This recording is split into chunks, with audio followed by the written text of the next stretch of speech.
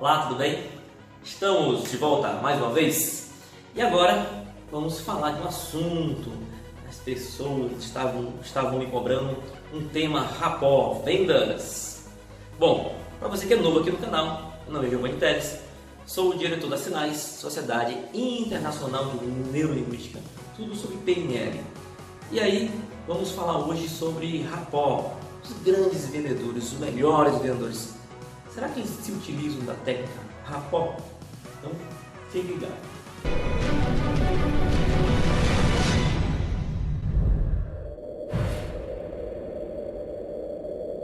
É importante para aquelas pessoas que querem se desenvolver saber aquilo que elas não sabem. Meu primeiro emprego foi de vendedor externo, vendedor de porta em porta, não tinha salário, era só ajuda de custo mais comissão.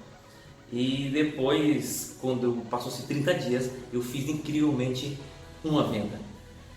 E aí quando eu fiz uma venda, eu nunca esqueci disso na minha cabeça, sempre essa cena está marcada. Eu cheguei lá com um contrato para receber minha comissão, atualizando nos dias de hoje a comissão como se fosse uns 60 reais, 70 reais. E imagine você hoje trabalhar 30 dias por 70 reais. E aí eu entreguei o contrato para o meu gerente, e aí ele me pagou a comissão. Ele não falou nada, eu também não falei nada. Quando eu estava saindo, ele perguntou assim: "E aí, Giovanni, você vem amanhã?" Aí eu respondi que sim, eu venho amanhã, e eu voltei no dia seguinte. Só que aconteceu uma coisa incrível naquele dia. Eu percebi que eu não sabia vender.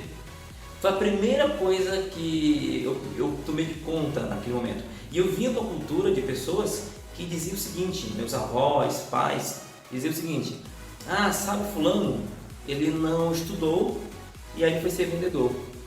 Então era como se internamente eu via muito dos meus pais que não se deu bem na vida, foi ser vendedor.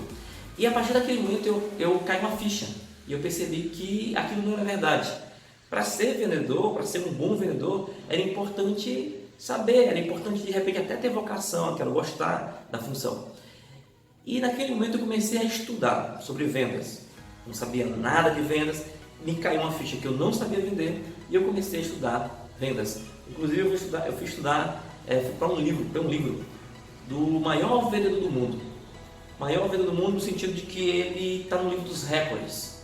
O nome dele é Joe Girardi. E ele tem um livro, Como Vender Qualquer Coisa a Qualquer Um. Um livro bem antigo. Bem antigo. E eu comecei a replicar aquilo, né? Eu já estava fazendo ali PNL sem saber o que era PNL. Comecei a modelar, copiar algumas coisas do Joey e comecei a ter resultado. E durante muito tempo eu estudei vendas. Fui para congressos, fui para seminários, treinamentos de vendas e sempre se ouviu falar de rapó. Sempre se ouviu falar de rapó. E eu criei uma ideia de que rapó era um espelhamento. Você está espelhando a pessoa, você está em rapó. Está espelhando, está em rapó.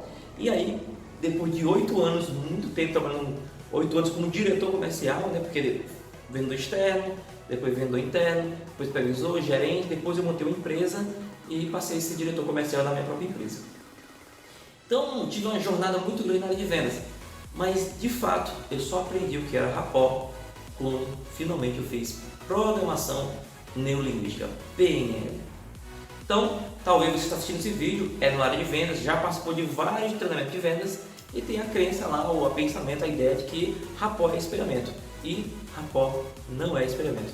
De repente você pode espelhar o seu cliente aí durante horas e horas e não gerar rapó. Então vamos lá, deixa de enroleixo, Giovanni, vamos lá para a definição e o que é rapó e como que se aplica o rapó. Vamos lá, primeiro, rapó, a palavra rapó vem de origem do francês, que significa relacionamento, a palavra em si, certo? Só que se apropriaram do nome rapó para definir uma técnica, algo que acontecia nas pessoas. Por exemplo, sabe aquelas frases: nosso sangue bateu, energia boa, gostei de você, nossa! Quando gerava empatia com alguém e gerava esse sentimento bacana, isso que gerava na pessoa, eles não sabiam dizer o que acontecia, empatia. E aí deram o nome à técnica rapó. Para entender de rapport é importante você entender uma coisa que acontece na nossa mente. Dentro da nossa mente existem duas áreas. Uma área que nós chamamos de mente consciente, é aquilo que eu faço, eu sei que eu faço. E a nossa mente inconsciente, é aquilo que eu faço e eu não sei por que eu faço, é automático, né?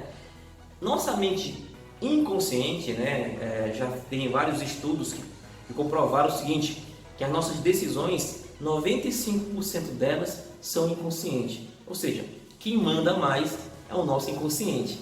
O consciente, ele só finge que manda, né? Ele é o bambambam, ele quer dizer que manda, mas no fundo ele não manda em nada. Quem manda mesmo é o inconsciente. E o que acontece? Quando eu gero rapport e eu consigo fazer a técnica de forma efetiva, o que eu estou fazendo? Eu estou mandando uma mensagem para o inconsciente da outra pessoa, dizendo para ela que nós somos iguais. Quando eu consigo mandar essa mensagem para o inconsciente da pessoa que eu estou conversando, lá de repente negociando, influenciando, vendendo algum produto, eu consigo transmitir essa ideia para ele, de que nós somos parecidos. O que acontece naquele momento? Vai gerar um rapport, porque o inconsciente dele captou a mensagem que eu mandei, que nós somos parecidos. Por isso que o princípio básico, ou seja, a coisa mais fácil de se fazer o rapport é o velho espelhamento. E muita gente só aprende o espelhamento corporal. Espelhamento corporal, e aí se apega àquilo, às vezes não sabe fazer, porque tem uma técnica para isso, um momento certo de fazer o espelhamento, para que não fique uma cópia, uma caricatura, o cliente diz assim, poxa, está me imitando, né? E fica meio estranho. Então existe uma maneira correta de fazer o rapport, de forma sutil, de forma que a pessoa não perceba que você está fazendo. Então, um dos princípios, existem 5 fórmulas de fazer rapport. A primeira delas, o que na maioria dos cursos de venda se fala, é o espelhamento corporal. E aí as pessoas apelam para aquilo e se apegam somente àquilo, né? E aí eu vou dar aqui 3 dicas de como você faz rapport e não só o espelhamento corporal, né? Quando eu faço esses movimentos, ou seja, eu faço esse espelhamento, tanto que na regra do rapport a gente fala que é o seguinte, eu acompanho e depois eu vou conduzir, como se fosse uma valsa. Ou seja, eu vou espelhar a pessoa e depois eu vou conduzir, ou seja, eu vou influenciar a pessoa para aquilo, ou seja, eu vou vender um produto para ela que seja de valor agregado para ela, né? Eu vou vender um serviço. Eu jamais vou fazer uma influência para vender um produto que não venha ter utilidade nenhuma para o meu cliente. Então, vou fazer isso. É tanto que, voltando antes, a regrinha, abrindo um parênteses, uma regra básica de um vendedor, uma coisa fundamental de um vendedor, é identificar qual a necessidade do cliente.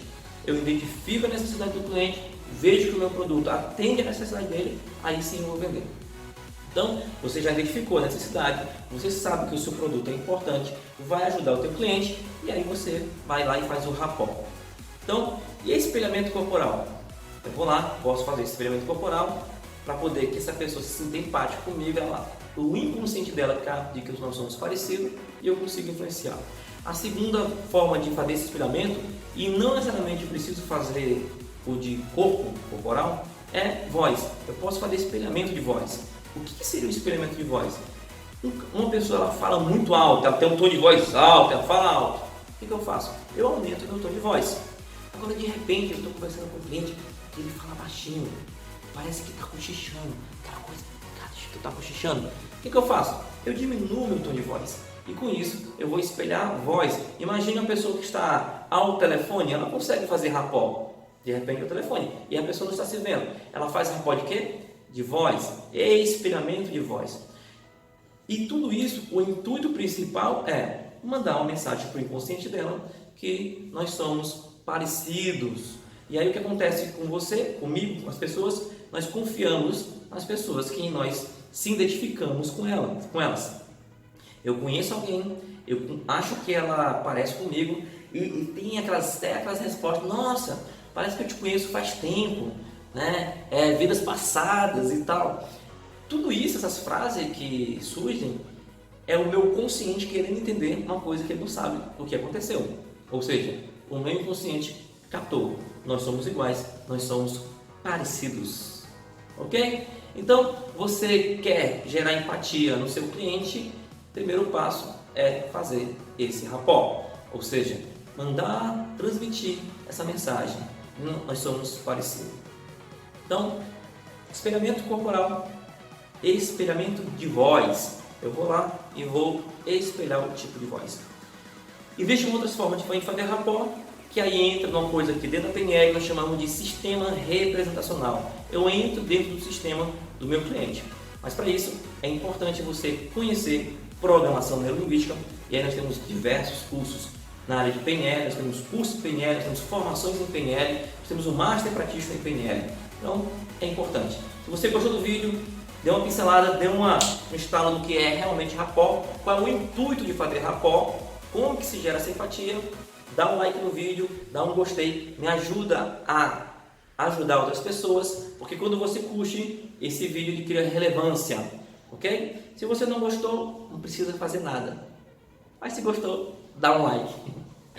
E aí, meus amigos, espero vocês no próximo vídeo aí falando sobre rapport. Eu vou fazer um outro vídeo agora também falando sobre crenças 2, né? Tem um vídeo de crenças falando de crenças e eu vou gravar outro vídeo falando de crenças 2.